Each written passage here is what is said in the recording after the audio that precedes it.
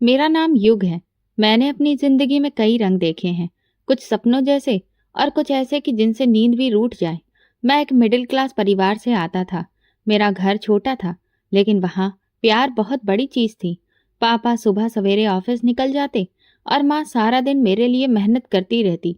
उनकी एक ही इच्छा थी, मेरा बेटा पढ़ लिख कर बड़ा आदमी बन जाए, इज्जत कमाए, दुनिया में उसका नाम हो।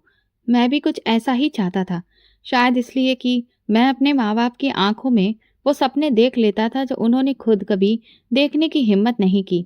मैंने पढ़ाई को अपनी जिद बना लिया था। छोटे से स्कूल से शुरू हुआ सफ़र कॉलेज तक पहुंचा तो हर दिन मेरे लिए एक नई जिद और मेहनत बन जाता। जब मैं यूनिवर्सिटी पहुंचा तो लगा कि अब जिंदगी बदलने वाली है। मैंने खुद से वादा किया था, युग, कुछ भी हो, हार नहीं माननी है। लेकिन वक्त हर रोज एक नया थप्पड़ मारता।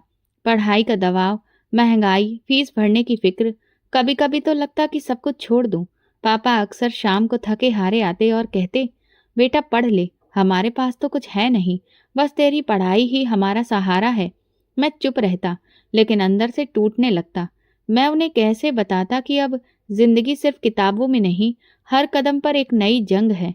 कई बार रात को मैं चुपके से रोता, माँ को खबर भी नहीं होती। मेरी क्लास में अक्सर लड़के लड़कियां महंगे मोबाइल, ब्रांडेड कपड़े और कारों में आते थे।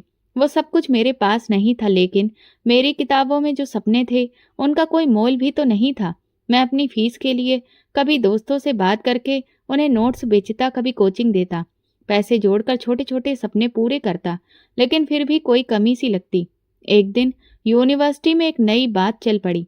किसी ने कहा, रिया तो बहुत अमीर है, उसके पापा का बहुत बड़ा बिजनेस है। मैंने ये सब सुना, लेकिन चुप रहा, पर अंदर ही अंदर खलबली सी मच गई। रिया, वही लड़की जो हमेशा खामोश रहती, साफ सुथरी और आत्मविश्वास से भरी हुई, वो किसी बिजनेस टाइकून की बेटी थी। मेरा दिल जैसे चौंक उठा। पहली बार मेरे दिल में लालच ने जन्म लिया। मैंने खुद से झूठ बोला, क्या पता किस्मत का दरवाजा यही हो।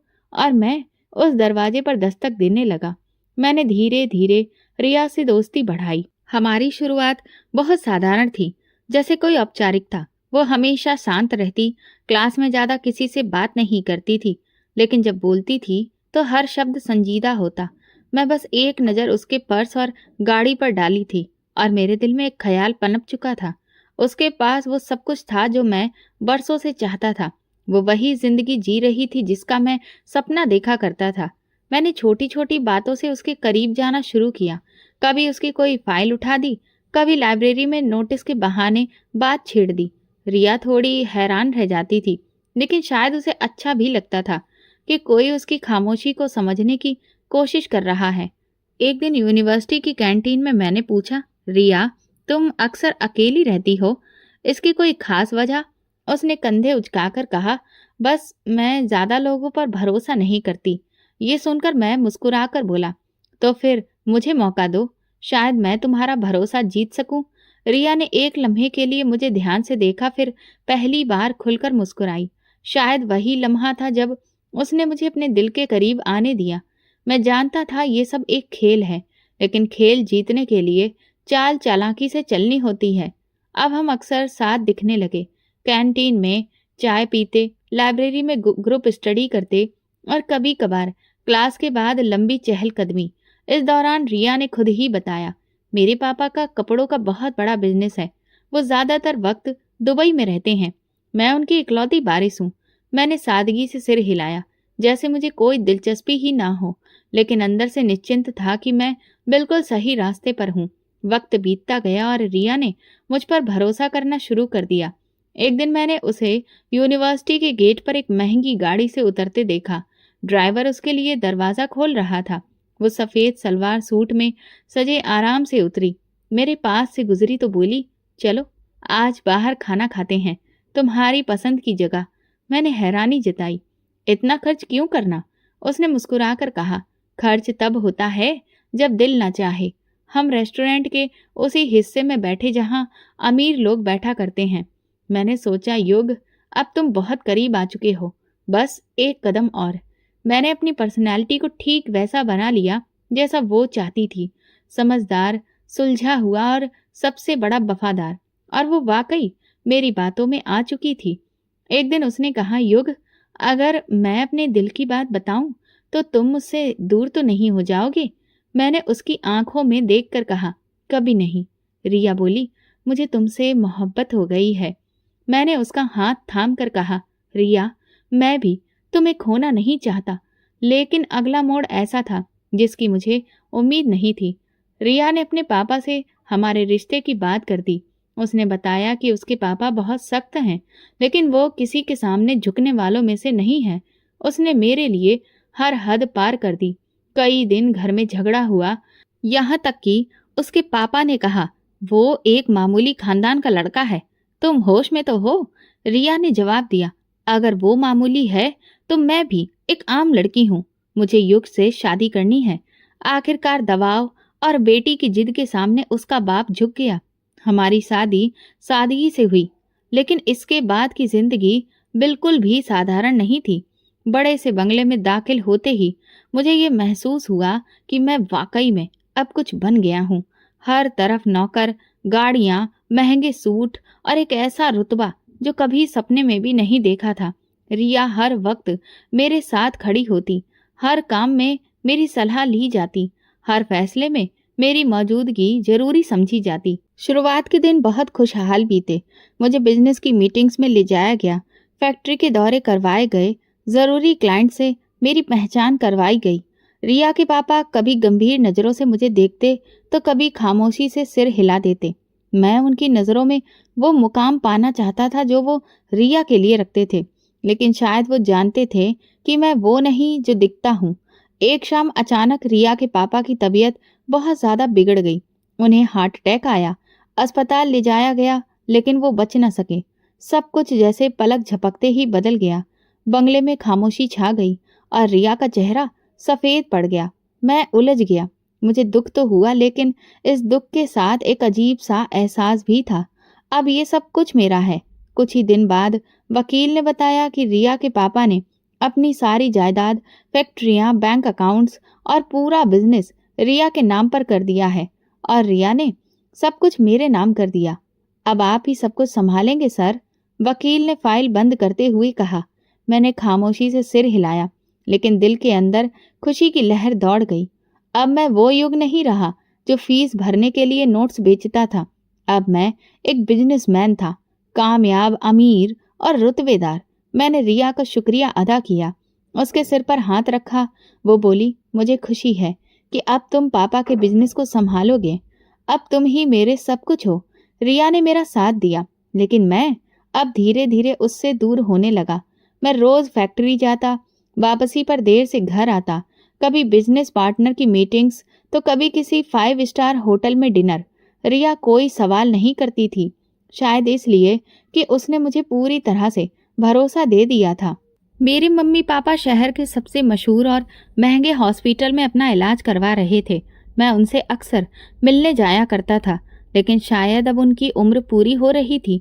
पहले माँ और फिर पापा दोनों ही भगवान को प्यारे हो गए, लेकिन उनकी आंखों में वो तसल्ली थी कि उनका बेटा अपनी जिंदगी में वो सब कुछ हासिल कर चुका है जिसके सपने उन्होंने देखे थे। उनके जाने के बाद जिंदगी कुछ दिन उदास रही, लेकिन फिर धीरे धीरे अपनी डगर पर लौट आई। एक रात मैं एक मशहूर बिजनेसमैन की पार्टी में गया। वहां का माहौल बिल्कुल अलग था।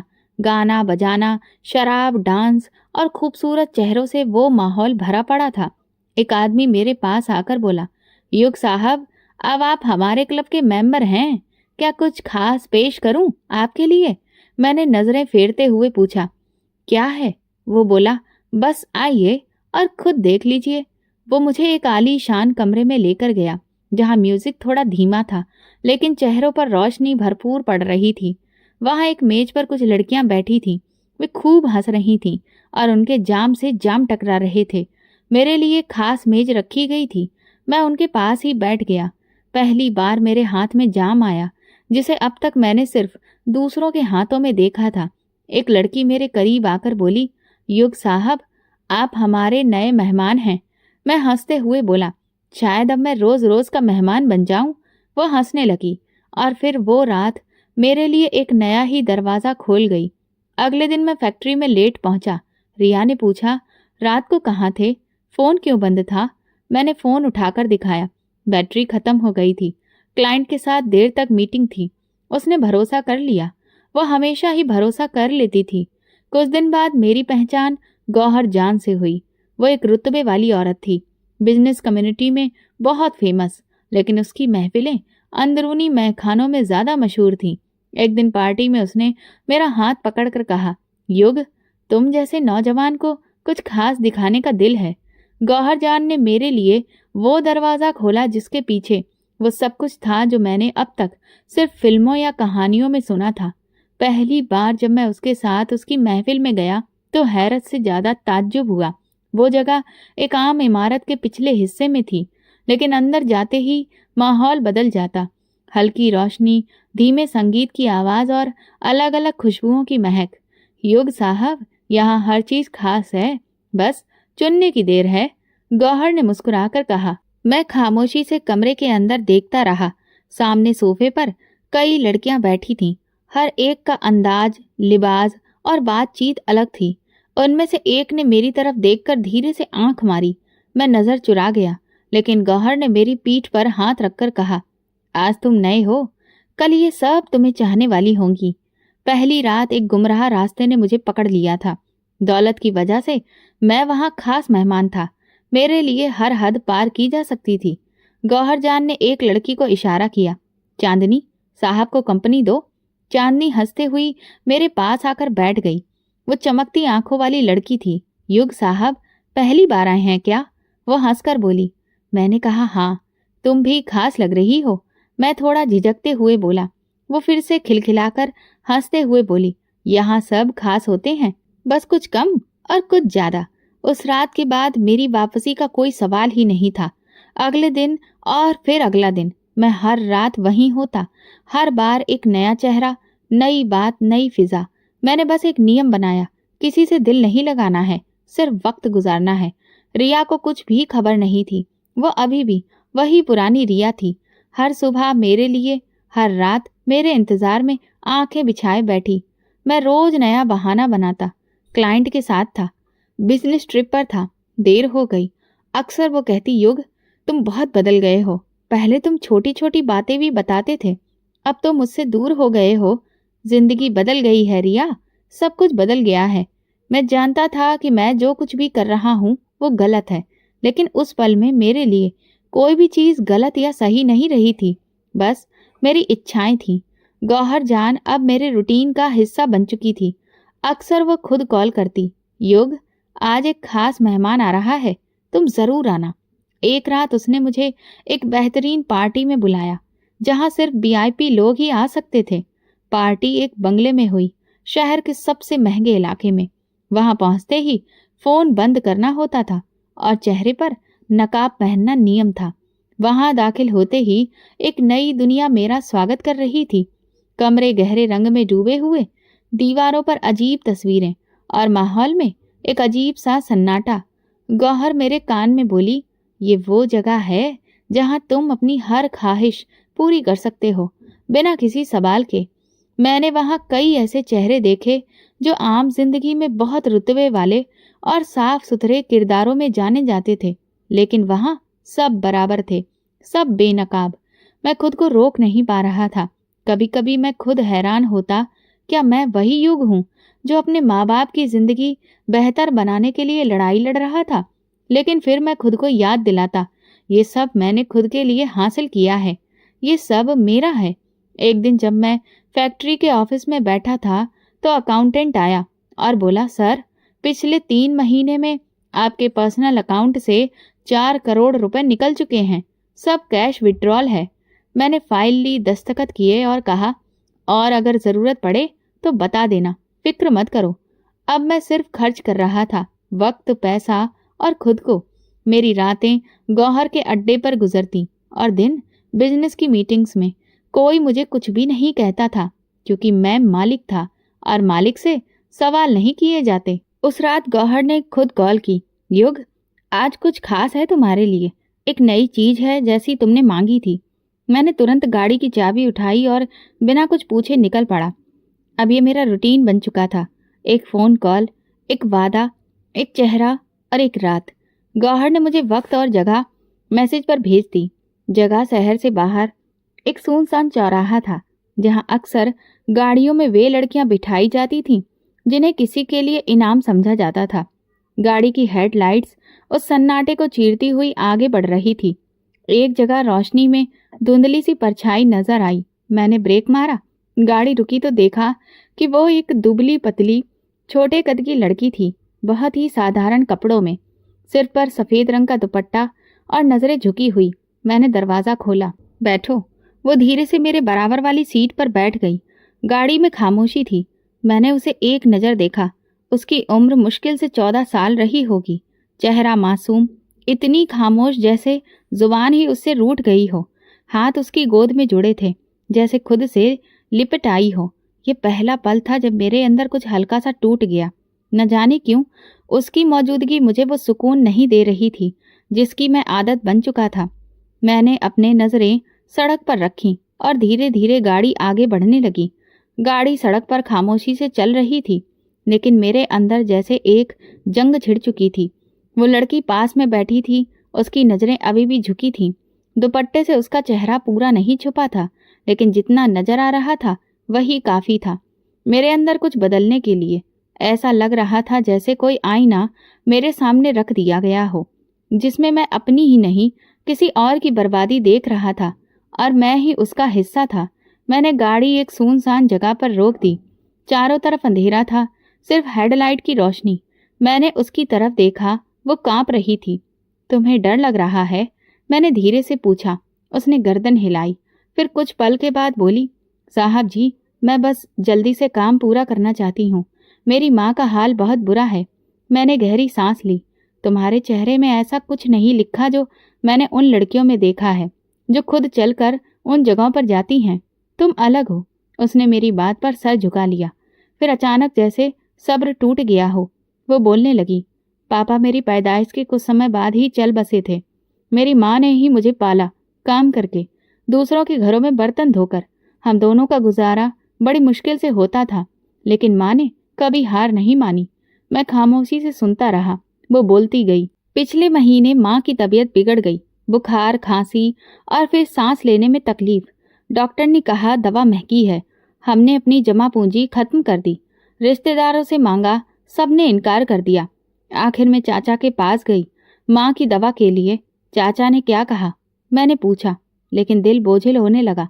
उन्होंने कहा अगर पैसे चाहिए तो एक काम करना होगा। फिर वो मुझे एक औरत के पास ले गए। वो औरत गौहर जान थी। उसने कहा तुम्हें एक जगह जाना होगा, वहां जो शख्स मिलेगा उसके साथ चली जाना, जितना वो दे ले लेना, फिर वापस चली आना। तुमने कुछ भी नहीं कहा। मैंने कुछ सोचने की मोहलत भी नहीं ली। माँ की सांसें कमजोर पड़ रही थी। मेरी आंखों के सामने वो तड़प रही थी।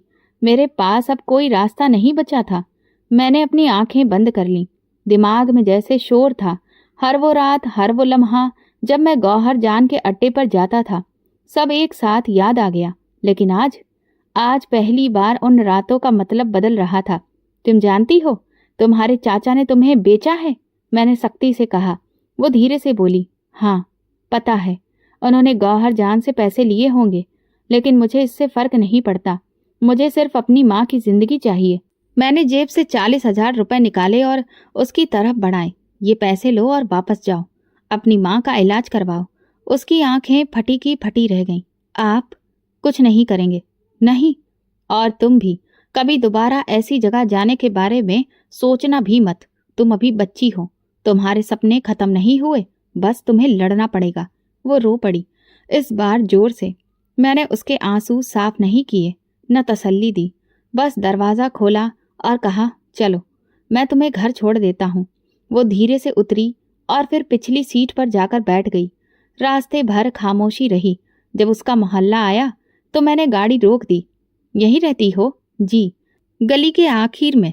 जाओ और वादा करो कि कभी भी दोबारा ये फैसला नहीं करोगी। उसने हिचकियों के बीच में सर हिलाया। वादा। वो उठकर चलने लगी। मैंने बैक व्यू मिरर से देखा। वो बार बार पीछे मुड़कर देख रही थी, जैसे कि उसे यकीन नहीं हो रहा हो कि कोई सिर्फ मदद के लिए आया था, बिना कुछ लिए। मैंने गाड़ी स्टार्ट की और धीरे से आगे बढ़ा दी। उस रात मैं घर देर से नहीं पहुंचा। रिया जाग रही थी। दरवाज़ा खोलते ही बोली, आज जल्दी आ गए। मैंने बस सर हिलाया। हाँ, बस थक गया था। वो मुझे देखती रही। शायद उसे महसूस हुआ कि कुछ बदल गया है। मैं सीधा अपने कमरे में गया और कई घंटे बालकनी से आसमान देखता रहा। न गौहर का फोन आया, न किसी से बात की। बस एक चेहरा बार बार सामने आता रहा, वो साधारण सा डरा हुआ चेहरा, वो सच जो मुझे तोड़ गया था। मुझे नहीं पता था कि एक लम्हा, एक वाकया इंसान को अंदर से बदल सकता है, लेकिन मैं खुद को वही इंसान महसूस नहीं कर रहा था जो कुछ दिन पहले तक अय्याशी को ही कामयाबी समझता था। अगली सुबह जब मैं ऑफिस पहुंचा तो सब कुछ रोज की तरह था, लेकिन मेरे अंदर कुछ बदल चुका था। कॉन्फ्रेंस रूम में मीटिंग चल रही थी, लेकिन मेरी नजरें सामने स्लाइड पर नहीं थी। खिड़की से बाहर कहीं रुकी हुई थी। कोई बात कर रहा था, कोई हिसाब समझ रहा था, लेकिन मेरी नजर में सिर्फ वो चेहरा घूम रहा था। वो छोटी सी लड़की, वो साधारण से कपड़े, वो कपकपाती हुई आवाज। युग साहब, आप कुछ कहना चाहेंगे? मैनेजर ने सवाल किया। मैं चौंक कर उसकी तरफ देखा, फिर धीरे से कहा, नहीं, सब ठीक है, आप लोग आगे बढ़िए। मैं पहली बार किसी मीटिंग में खामोश रहा था। दिन भर के बिजी शेड्यूल के बाद भी दिल का बहुत हल्का नहीं हो रहा था। शाम को घर वापस आया तो रिया किचन में थी। कुछ देर दरवाजे पर मैं खड़ा रहा। वो सब्जी काट रही थी, कुछ गुनगुना रही थी, जैसे उसे किसी जवाब की जरूरत ही नहीं हो। आज तुम बहुत सुकून में लग रही हो। पता नहीं, लगता है तुम आज कुछ बदले बदले हो। शायद हूं मैं। फिर कोई जवाब नहीं दिया और उसके साथ बैठकर खाना खाया। उसके बाद वो कुछ बोली नहीं, बस मुझे हैरत से देखती रही। अगले दिन जब गौहर ने फोन किया तो मैंने फोन साइलेंट पर डाल दिया। 3 बार फोन आया, लेकिन मैंने नहीं उठाया। और रात को जब गाड़ी निकाली तो गौहर के अड्डे की तरफ रुख करते करते रुक गया। यू टर्न लिया और घर वापस आ गया। ये छोटा सा फैसला मेरे लिए नया था, लेकिन इस फैसले में एक अजीब सा सुकून था। आप आज जल्दी घर आ गए? हैरानी से रिया ने पूछा। बस, कहीं जाने का दिल नहीं था, मैंने खामोश सा जवाब दिया। वो अपनी बात खत्म करके चली गई थी, लेकिन मैं जानता था कि उसके दिल में सवाल उठ रहे हैं। मैं दिनों में कम बोलने लगा और रातों को कम चैन की नींद लेने लगा और धीरे धीरे गौहर के अड्डों से दूरी बनाने लगा। एक बार वो खुद मेरे दफ्तर में आ गई, कहने लगी, युग, क्या हुआ है तुम्हें? तुम वो नहीं रहे जो पहले थे। हाँ, और अब मैं वो रहना भी नहीं चाहता। मैंने बहुत खुश होकर कहा, तुम इतनी आसानी से निकल नहीं सकते, जानते हो। मैं चाहूं तो सब कुछ छोड़ सकता हूं, और वही करने का अब वक्त है। उसके चेहरे पर पहली बार संजीदगी आई, लेकिन उसने कुछ नहीं कहा और उठकर चली गई। लेकिन उसकी आंखों में एक अनजान धमकी थी। मेरे दिल में उसके लिए एक नफरत सी जन्म लेने लगी थी। अब वहां जाने का ख्याल भी मुझे बोझ लगता था, जैसे कि मैं किसी गटर में दोबारा कदम रखने की हिम्मत ना कर पा रहा हूं। रिया ने मेरी बदलती हालत पर सवाल नहीं किया, लेकिन उसने मेरा हर अंदाज पढ़ना शुरू कर दिया था। एक दिन बोली, युग, कुछ है जो तुम कहना चाहते हो? नहीं, बस थोड़ा सा उलझा हुआ हूं मैं तुम्हें सुन सकती हूँ, जैसे तुमने पहले सुनाया था। मैं चुप रहा, लेकिन मुझे यह खामोशी पहली बार काटने लगी। अब मैं अक्सर उसके साथ बैठता, खाना खाता, पुराने एल्बम्स निकालता या रात को लॉन में चहलकदमी करता। वो हैरत में डूबी रहती। कभी कभार पूछती, क्या सब ठीक है? नहीं, लेकिन अब ठीक करने की कोशिश कर रहा हूँ। धीरे धीरे कई साल बीत गए और यही सब चल रहा था। लेकिन एक और चीज अजीब सी थी जो मेरे साथ हो रही थी, जिसे मैं नजरअंदाज कर रहा था। थकान। वो अब ज्यादा हो चुकी थी। खांसी, कभी बुखार, कभी शरीर में बेवजह दर्द। पहले सोचा कि मौसम की मार है, फिर सोचा काम की थकान है, लेकिन जब ये लगातार होने लगा तो रिया ने कहा, चलो डॉक्टर के पास, बहुत काम है। फिर कभी, युग, सेहत पहले है। रिया, मैं ठीक हूँ, लेकिन मैं जानता था कि मैं ठीक नहीं था। एक दिन ऑफिस में चक्कर आ गया, सामने सब कुछ धुंधला हो गया। कुर्सी पर गिरने से पहले एक आवाज सुनी, सर, सर। होश आया तो अस्पताल में था। होश आया तो रिया मेरे पास बैठी थी और डॉक्टर रिपोर्ट देख रहा था। आपकी तबीयत कब से खराब है? डॉक्टर ने सवाल किया। कुछ दिनों से, मामूली सी बात है। मामूली बात होती तो बेहोश नहीं होते आप। हमें और ज़्यादा टेस्ट करने होंगे। रिया ने मेरा हाथ पकड़ा। अब कुछ मत छुपाना युग। मैंने नज़रें चुरा ली। दिल में डर था जो पहले कभी नहीं था। अगले दिन कुछ और ब्लड टेस्ट हुए। डॉक्टर ने कहा हम कुछ इन्फेक्शंस चेक करेंगे, कुछ रिपोर्ट्स कल तक आ जाएंगी। उस रात अस्पताल के बिस्तर पर लेटे हुए मैं सिर्फ छत देखता रहा। बाहर बारिश हो रही थी और मेरे अंदर कुछ टूटने के करीब था। वो सब रातें, वो सब गलतियां, सब याद आ रही थी। रिया मेरी तरफ देख रही थी। उसकी आंखों में खामोश सवाल था जिसका जवाब मेरे पास नहीं था। लेकिन एक बात साफ हो गई थी, मैं चाहे जितना भी बदल जाऊं, अतीत अपनी कीमत जरूर लेता है। और शायद वो वक्त आ चुका था। अस्पताल का कमरा शांत था, लेकिन कमरे के अंदर एक ऐसा शोर था जो सिर्फ मुझे सुनाई दे रहा था। दीवार पर चलती घड़ी की सुइयां जैसे मेरी जिंदगी गिन रही थी। डॉक्टर अंदर आया। हाथ में एक फाइल थी, चेहरे पर हल्की सी संजीदगी। युग सर, आपकी रिपोर्ट आ चुकी है। उसकी आवाज में वो नमी थी जो अक्सर बुरी खबर से पहले सुनाई देती है। मैं सीधे होकर बैठने की कोशिश करने लगा, लेकिन शरीर में जैसे जान ही नहीं रही थी। क्या दिक्कत है? मैंने मामूली लहजे में पूछा। डॉक्टर ने कुर्सी खींचकर मेरे पास बैठते हुए कहा, हमें अफसोस है, लेकिन आप HIV पॉजिटिव हैं और ये बीमारी अब अपने आखिरी स्टेज पर पहुंच चुकी है। शब्दों का बोझ मेरे सीने पर ऐसे गिरा जैसे कोई पहाड़ आकर बैठ गया हो। मैंने पलक के झटके में जैसे सुना ही नहीं। क्या आपको यकीन है? मेरी आवाज़ खुद मेरे कानों में अजनबी लग रही थी। हमने सारे टेस्ट कंफर्म किए हैं। आपके शरीर की रोग प्रतिरोधक क्षमता खत्म हो चुकी है। इसकी इम्यूनिटी इतनी कम हो गई है कि किसी भी इन्फेक्शन से खतरा बहुत बढ़ सकता है। मैं खामोश हो गया। आंखें छत की तरफ उठी जहां बस एक सफेद खालीपन था। मन में एक एक करके चेहरे आने लगे। कभी रिया का, मेरे माँ बाप का, वो मासूम बच्ची और गौहर, और फिर उसके बाद वो दर्जनों चेहरे जो अब धुंधले पड़ चुके थे। कितना वक्त है मेरे पास? डॉक्टर ने फाइल बंद करते हुए कहा।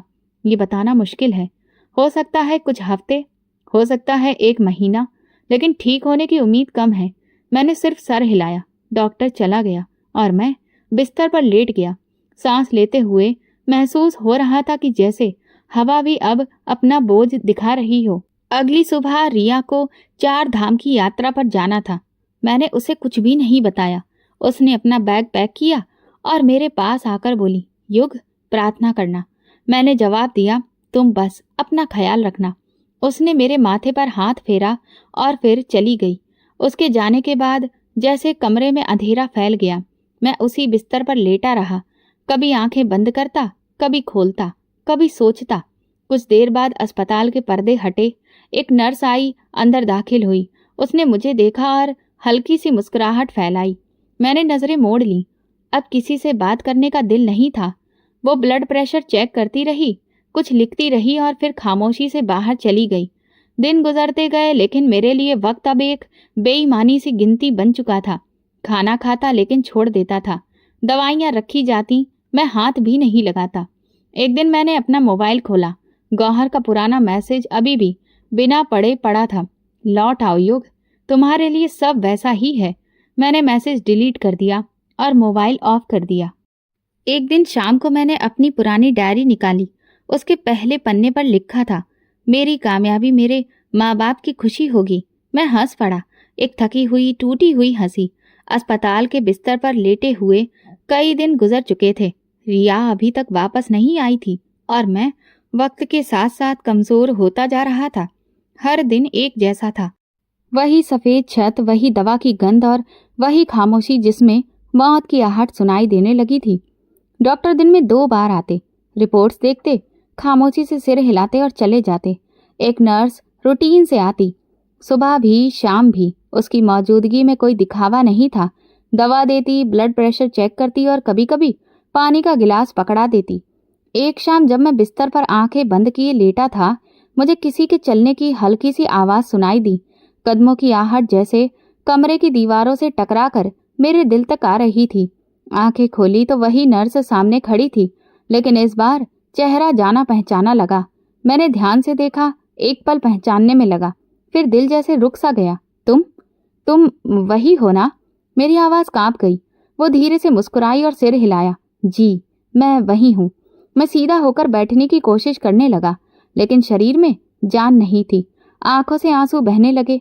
मैंने तुम्हें इस हाल में नहीं देखा था, और मैंने आपको इस हाल में देखने की कभी प्रार्थना नहीं की थी। उसने कुर्सी खींचकर मेरे पास बैठते हुए कहा, तुम यहाँ कैसे? जिस दिन आपने मुझे पैसे देकर वहां से बचाया था, उसी दिन मेरी जिंदगी बदल गई थी। एक एनजीओ वाले हमें वहां से ले गए। उन्होंने मुझे पढ़ाया, अच्छी शिक्षा दी। मैंने नर्सिंग का कोर्स पूरा किया। अब उसी एनजीओ की मदद से इस अस्पताल में काम कर रही हूँ। मेरे दिल की हालत अजीब थी। आंखों के सामने धुंध सी छा रही थी, लेकिन दिल सुकून से भर गया था। और तुम रोज आती हो? हर रोज, सुबह से शाम तक, और हर दिन आपके लिए प्रार्थना करती हूँ। क्यों? मैंने धीरे से पूछा। क्योंकि आपने मेरे लिए वो किया जो कोई अपना भी नहीं करता। एक वक्त था जब मैं टूट चुकी थी, लेकिन आपने मुझे गिरने नहीं दिया। अब भगवान से प्रार्थना है कि वो आपको गिरने ना दे। मेरी सांसें भारी हो रही थी। अब वक्त कम है मेरे पास।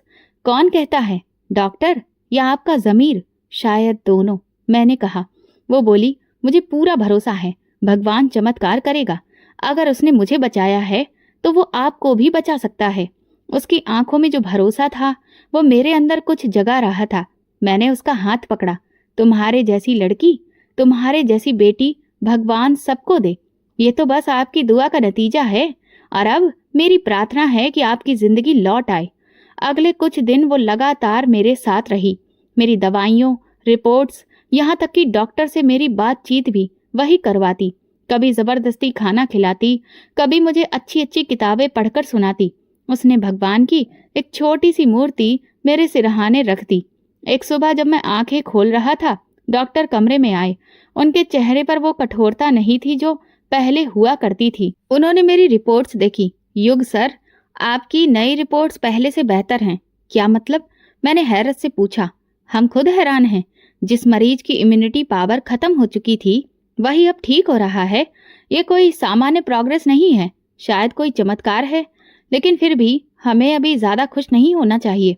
अगली रिपोर्ट्स आने तक का इंतजार करें। नर्स, जो हमेशा की तरह चुपचाप खड़ी थी, मुस्कुरा रही थी। डॉक्टर चले गए। मैंने उसकी तरफ देखा और कहा, ये सब तुम्हारी ही प्रार्थनाओं का असर है। ये सब करने वाला भगवान है। मैं तो बस एक जरिया बनी हूँ। मैंने आंखें बंद की और गहरी सांस ली। जिंदगी जैसे थोड़ी थोड़ी लौट रही थी। शरीर हल्का लग रहा था। दिल फिर से धड़कने लगा। तुम्हारा नाम क्या है? मैंने पहली बार पूछा। माही, उसने धीरे से कहा। माही, अगर तुम न होती, शायद मैं भी नहीं होता। उसने हंसकर कहा, आप बिल्कुल होते। प्रार्थना बस थोड़ी देर से पहुंचती है। रिया के लौटने के दिन भी पास आ रहे थे। मैंने फैसला किया था कि वो आए तो मैं उसे सब सच बता दूंगा। लेकिन आज पहली बार लगा था कि शायद मैं जिंदा रह पाऊंगा। सिर्फ जिंदा नहीं, बल्कि बदल कर, संवर कर। और ये बदलाव किसी दवा से नहीं, एक प्रार्थना से आया था। माही जैसी एक मासूम बेटी की दुआ से, जिसे मैंने कभी पाप से बचाया था। कई दिनों बाद महसूस हुआ कि आवाज सिर्फ आवाज नहीं थी, जिंदगी की नई गवाही थी। नर्स माही, जो हर सुबह मुझे दवा देती थी, अब मेरी जिंदगी में एक नई रोशनी की तरह शामिल हो चुकी थी। कुछ दिन बाद डॉक्टर फिर से आए। पहले तो चुपचाप रिपोर्ट से देखते रहे। कमरे में सिर्फ मॉनिटर की बीप सुनाई दे रही थी। फिर डॉक्टर ने कुर्सी खींचकर बैठते हुए कहा, एड्स के जिस स्टेज पर आप थे, वहां से वापस जिंदगी की तरफ लौटना नामुमकिन जैसा ही था। तो अब आप क्या कहना चाहते हैं? मेरी आवाज अब बहुत ज्यादा मजबूत थी। अब तो मानना पड़ेगा कि वाकई आपकी हालत में सुधार हो रहा है। वायरस का असर कम हो रहा है। शरीर दोबारा खुद को ठीक कर रहा है। माही एक तरफ खड़ी मुस्कुरा रही थी, जैसे उसे पहले से पता हो कि डॉक्टर क्या कहने वाले हैं। डॉक्टर ने आगे कहा, साइंस के नजरिए से देखें तो हमारे पास इसका कोई जवाब नहीं, लेकिन इस रफ्तार से आपकी सेहत में सुधार है, इसे तो चमत्कार ही कहा जा सकता है। मैंने माही की तरफ देखा। वो चुपचाप 2 कदम पीछे हट गई थी। मैं समझ गया, ये उसी दुआ का असर था जिसने मुझे अंधेरे से वापस खींच लिया था। डॉक्टर ने रिपोर्ट टेबल पर रखते हुए कहा, अगर ये सुधार इसी तरह से जारी रहा तो हम उम्मीद कर सकते हैं कि कुछ ही हफ्तों में इस बीमारी पर कंट्रोल पा लिया जाएगा। फिर आप रेगुलर दवाओं, रूटीन चेकअप और हल्की एक्सरसाइज के साथ खुद को लंबे वक्त तक स्वस्थ रख सकते हैं। डॉक्टर चले गए। अब कमरे में सिर्फ मैं और माँ ही थे। ये तुम्हारी प्रार्थना का असर है, मैंने कहा। ये भगवान की मर्जी थी, उसने धीरे से कहा, लेकिन मैंने दिन रात आपके लिए प्रार्थना की। तुम्हें उस दिन कैसे यकीन था कि मैं ठीक हो जाऊंगा, जैसे मुझे उस दिन यकीन था कि आप मुझ पर हाथ नहीं उठाएंगे। वही भरोसा मुझे भगवान से भी मिला। ये सुनते ही मेरी आंखें भर आईं, लेकिन इन आंसुओं के साथ पहली बार दिल में शुक्र था, डर नहीं। 1 हफ्ते बाद फिर से रिपोर्ट आई और उनमें बीमारी ठीक होती साफ लिखी थी। अब डॉक्टर ने मेरी दवाई कम कर दी और मुझे कमरे के बाहर चलने फिरने की इजाजत दे दी। पहली बार जब मैं व्हीलचेयर की जगह अपने कदमों पर चला, माँ ही मेरे साथ थी। ये अस्पताल की गैलरी बहुत छोटी लगती है ना? मैंने कहा। जब इंसान दोबारा जीना सीख ले तो सब छोटा लगने लगता है, उसने जवाब दिया। हम दोनों खामोश चलते रहे। हर कदम मेरी जिंदगी के लिए एक नया ऐलान था। रिया वापस आ चुकी थी और मैंने उसे कुछ भी नहीं बताया था, लेकिन अब वक्त आ गया था। जब वो अस्पताल आई तो मैं कुर्सी पर बैठा उसका इंतजार कर रहा था। वह आंखों में आंसू लिए बोली, तुम अब पहले से बेहतर लग रहे हो। मैंने कहा, बेहतर इसलिए क्योंकि अब मेरे पास झूठ नहीं है। वो कहने लगी, क्या मतलब है? मैं तुमसे बहुत कुछ छुपाया है। मेरी जिंदगी में वो सब था जो मैंने तुम्हें कभी पता नहीं चलने दिया और ना ही तुमने कभी जानने की कोशिश की। लेकिन अब मैं तुम्हें सच बताना चाहता हूँ, सब कुछ। उसने कुर्सी खींचते हुए मेरे पास बैठते हुए कहा, बताओ। मैंने उसे सब बताया। गौहर, अय्याशी, बीमारी, माही की कहानी। वो खामोशी से सुनती रही, एक शब्द नहीं बोली और ना ही एक आंसू साफ किया। आखिर में बस इतना कहा, अगर भगवान ने ही तुम्हें माफ कर दिया है तो फिर मैं कौन हूँ कुछ कहने वाली। मैंने उसके कदमों में सिर झुका लिया। अगर तुम न होती तो शायद मैं कभी वापस नहीं आता। मैं तुम्हारे साथ हूँ, लेकिन अब तुम्हें खुद को भी साथ रखना होगा। हम दोनों बाहर लॉन में आ गए। सूरज डूब रहा था और रोशनी की लकीरें हमारी आंखों से टकरा रही थीं। कुछ देर बाद माही आई। रिया ने उसे गले लगाया। मैं तुम्हारी शुक्रगुजार हूँ बेटी, माही ने सिर झुकाकर कहा। ये सब आपके पति की पहली भलाई का सिला था। मैंने दिल ही दिल में सोचा, सच में अच्छाई कभी भी बेकार नहीं जाती और गुनाह कभी छुपता नहीं है। लेकिन अगर नीयत बदल जाए तो जिंदगी भी बदल सकती है। मैं अभी भी बीमार था, लेकिन उम्मीद अभी बाकी थी और ये उम्मीद किसी दवा से नहीं, दुआ से आई थी। एक मजबूर बेबस लड़की की दुआ जो अब एक मजबूत लड़की बन चुकी थी। और अब मेरी बेटी भी।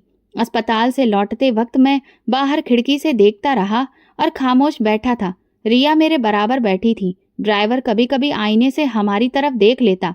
शायद वो भी हैरान था कि ये युग जो हमेशा फोन में व्यस्त होता था आज बिल्कुल चुप है। रास्ते में मैंने रिया की तरफ देखा।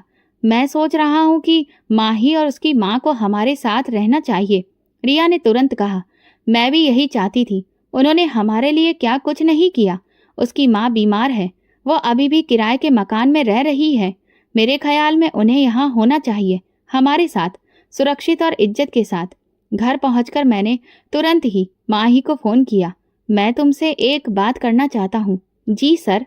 नहीं, अब सिर्फ युग कहो और सुनो। अगर बुरा न लगे तो मेरी बात सुनो। मैं चाहता हूँ कि तुम और तुम्हारी माँ हमारे साथ आकर रहो। कुछ पल वो खामोश रही। ये कैसे हो सकता है? जैसे तुमने मुझे जिंदगी दी है वैसे ही मैं तुम्हें एक सुरक्षित जिंदगी देना चाहता हूँ, तुम्हें और तुम्हारी माँ को। अगले दिन वो अपनी माँ के साथ हमारे बंगले पर आई। दरवाजा खुद रिया ने खोला। माही की माँ एक साधारण सी औरत थी, लेकिन आंखों में शुक्रगुजारी थी। रिया ने दोनों को अंदर बुलाया और कहा, ये अब आपका भी घर है। मैंने माही को बैठने का इशारा किया। मैं तुम्हें बेटी का दर्जा देना चाहता हूँ। मेरी अपनी कोई औलाद नहीं, लेकिन अगर होती तो मैं चाहता कि वो तुम जैसी हो। माही की माँ की आंखों में आंसू आ गए। हम आपका ये एहसान कभी नहीं भूलेंगे। ये एहसान नहीं, ये तो वो कर्ज है जो मैं उतार रहा हूँ। रिया ने घर का एक हिस्सा उनके लिए तय कर दिया। कुछ दिनों में वो हिस्सा जिंदगी से भर गया। माही मेरे साथ बिजनेस के छोटे मोटे कामों में भी थी। बहुत तेजी से सीखती और हर चीज की जिम्मेदारी से संभालती। तुमने कभी सोचा था कि तुम एक दिन यहाँ पहुंचोगी? नहीं, लेकिन आपने मुझ पर जो भरोसा किया उसने मुझे खुद पर भरोसा करना सिखाया है। वो अक्सर मुस्कुराती नजर आती। रिया माही को मार्केट लेकर जाती, किचन में उससे सलाह लेती। वो दोनों एक दूसरे के बिना अधूरी लगती। मैं उन दोनों को देखकर सोचता, शायद भगवान ने मेरे खाली दिल को इन दो रिश्तों से भर दिया था। मैंने फैक्ट्री में एक नया डिपार्टमेंट खोला, वुमेन एम्पावरमेंट यूनिट। उसमें वो लड़कियां काम करती थी जिन्हें जिंदगी ने तोड़ दिया था। वहां उनकी देखभाल होती, हुनर सिखाया जाता और इज्जत से जीने का तरीका दिया जाता। माही ने वहां पर बात की और कोऑर्डिनेटर का काम करना शुरू किया। पहली मीटिंग में वो लड़कियों के सामने बोली, मैं भी कभी ऐसे ही हालात में थी, लेकिन किसी ने मुझे गिरने से बचाया। अब मेरी बारी है। उस दिन के बाद हर लड़की की आंखों में एक नया लक्ष्य नजर आने लगा। रिया एक दिन मेरे पास आई और सामने बैठकर बोली, मैं आज खुद को बहुत बेहतर महसूस कर रही हूँ। तुमने जो कुछ भी किया वो इतनी जिंदगियों की बुनियाद है। कभी भलाई करने का मौका बहुत देर से आता है, लेकिन जब आता है तो सब बदल जाता है। अब तुम बदल चुके हो युग। मैंने उसका हाथ पकड़ा। हाँ, इस बदलाव की वजह तुम हो और वो बच्ची जिसकी प्रार्थना ने मुझे वापस लाया। अब मैं रोज सुबह जल्दी उठता, पूजा करता, घर के लॉन के पौधों को नई जिंदगी देता। हर महीने की पहली तारीख को मैं खुद लड़कियों से मिलता, उनकी कहानी सुनता और बताता, ये दुनिया तुम्हें ठुकरा सकती है, लेकिन तुम खुद को मत ठुकराना। माँ ही अक्सर कहती, कभी कभी एक वक्त का फैसला पूरी जिंदगी बदल देता है। मैं उसकी तरफ मुस्कुरा देता, और कभी किसी का एक आंसू पूरी आत्मा को धो देता है। ये मेरा नया सफर था, सच के साथ, मोहब्बत के साथ और उन रिश्तों के साथ जो किसी खून से नहीं, किसी नियत से बनते हैं। सुबह का वक्त था। मैं फाउंडेशन के ऑफिस में बैठा अपनी कुर्सी पर झूला झूल रहा था। मेज पर फाइलों का ढेर था, लेकिन नजर खिड़की से बाहर लॉन में खेलती बच्चियों पर थी, जो अब इस एनजीओ का हिस्सा थी। उनमें कई चेहरे ऐसे थे जो कुछ महीने पहले सड़कों पर ठोकरें खा रही थी। अब उनकी आंखों में डर नहीं, सपने थे। मैंने हाथ बढ़ाकर कॉल बेल बजाई। कुछ पल बाद माही अंदर आई। आज नई अपॉइंटमेंट से 3 बच्चियां दिल्ली से आई हैं। क्या कहानी है उनकी? 2 बहनें हैं अनाथ। तीसरी लड़की को उसके रिश्तेदारों ने घर से निकाल दिया। सबका यहाँ पर एडमिशन करवा दिया है। अच्छा किया। और डॉक्टर नायर से बात हो गई? जी, वो शाम को विजिट पर आएंगे। मैंने फाइल उठाई, दस्तखत किया और उसे पकड़ा दी। उन सब को साफ कपड़े दे देना, खाने का बंदोबस्त भी कर देना और रूटीन चेकअप भी। माही ने सर हिलाया और बाहर निकल गई। ये फाउंडेशन जिसका नाम हमने अमानत रखा था, अब शहर भर में पहचाना जाने लगा था। मीडिया अक्सर रिपोर्ट करता और कभी कभी खास चैनल के लोग इंटरव्यू लेने की बात करते, लेकिन मेरा ये नियम था कि कैमरे से नहीं, किरदार से पहचाना जाए। एक दिन एक टीवी चैनल से कॉल आई, हम चाहते हैं कि आप हमारे प्रोग्राम में आएं, अपनी कहानी सुनाएं। मैंने कहा, मेरी कहानी सुनाने के काबिल नहीं है, लेकिन जो सबक मैंने सीखा वो सुना जाना चाहिए। अगले हफ्ते मैं लाइव बैठा था। मेजबान ने मेरी पहचान बताई और फिर सवाल किया, सर, आपके अंदर ये बदलाव कैसे आया? मैं कुछ लम्हों के लिए खामोश रहा। एक प्रार्थना ने सब बदल दिया, और प्रार्थना भी ऐसी जो मेरे हाथों ही बर्बाद हो सकती थी। लेकिन मैं वक्त पर रुक गया। सर, क्या आप समझते हैं कि अच्छाई की कोई कीमत होती है? अच्छाई की कीमत नहीं, असर होता है। एक दिन मैंने एक अच्छाई की थी और उसी ने मुझे मौत के मुंह से वापस खींच लिया। मैंने कैमरे की तरफ मुंह करके कहा, मैं नौजवानों से कहना चाहता हूँ कि ये जिंदगी बहुत अनमोल है।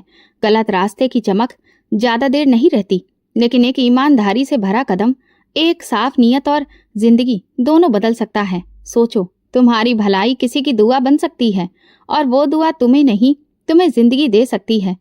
प्रोग्राम के बाद बहुत सारे फोन कॉल्स आए, नौजवानों के, बुजुर्गों के, यहाँ तक कि लड़कियों के भी। उन्होंने कहा, हमें बस एक प्लेटफॉर्म चाहिए था, शुक्र है कि आपने बना दिया। माही अब फाउंडेशन का चेहरा बन चुकी थी।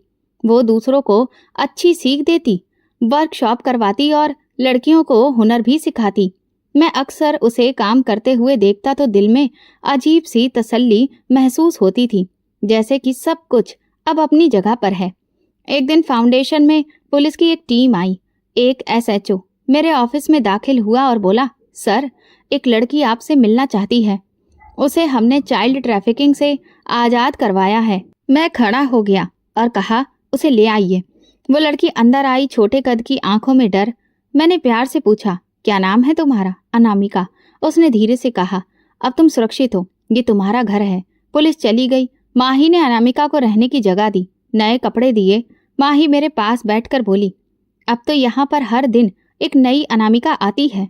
शायद भगवान ने इसी दिन के लिए आपको बचाया था। मैंने इस बात पर सिर हिलाया और कहा, शायद मुझे इसीलिए गुनाह में डुबो कर रखा, ताकि जब मैं लौटूं तो इन सब को संभाल सकूं।